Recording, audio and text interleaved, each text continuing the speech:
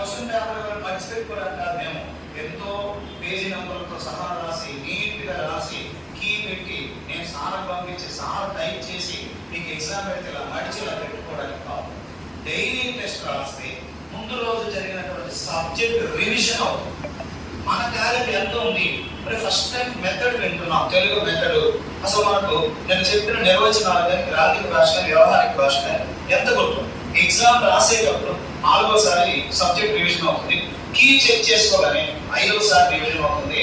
Wrong set చూస్తే 6 సార్లు subject వస్తుంది. కానీ ఊరికి ఇలా మర్చిలా పెట్టుకోవడానికి పేపర్ ఇచ్చింది. కాబట్టి క్లాస్ రూమ్లో సబ్జెక్ట్ 6 టైం నేను రివిజన్ అవుతాను. ఇంట్లో కూర్చొని ఒక్కసారి చదివితే ఫస్ట్ వచ్చే తర్వాత ఆ సబ్జెక్ట్.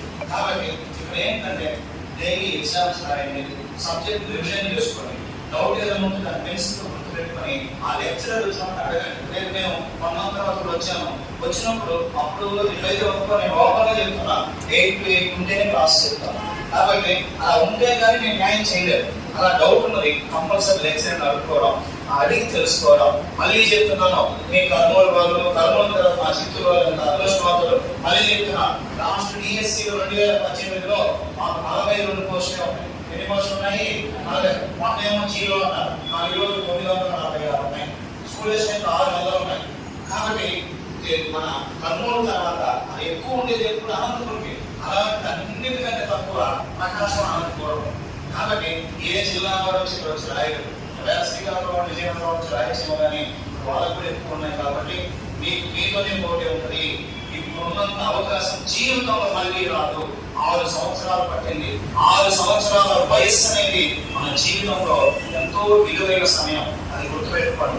ఈ 42 పోస్టుల్లో కూడా 40 పోస్టులు మున్సిపల్ పోస్టులు. చిత్తూరు టౌన్ 20, చిత్తూరు టౌన్ ఆ 2 పోస్టులు కూడా ఫిజికల్ హ్యాండిక్యాప్డ్ రిజర్వేషన్ ఓపెన్ కేటగిరీలో ఏమీ లేవు. అలాంటిది ఈ రోజు మనం 446 ఉన్నాయి. ఎందుకు ఎన్నిసార్లు సార్ చెప్పాడు, మళ్ళీ నేను చెప్తూనే ఉన్నాను. చెప్పింది చెప్పడం కాదు, ఇలాంటి అవకాశం మరో 10 సంవత్సరాలు అయినా రాదు.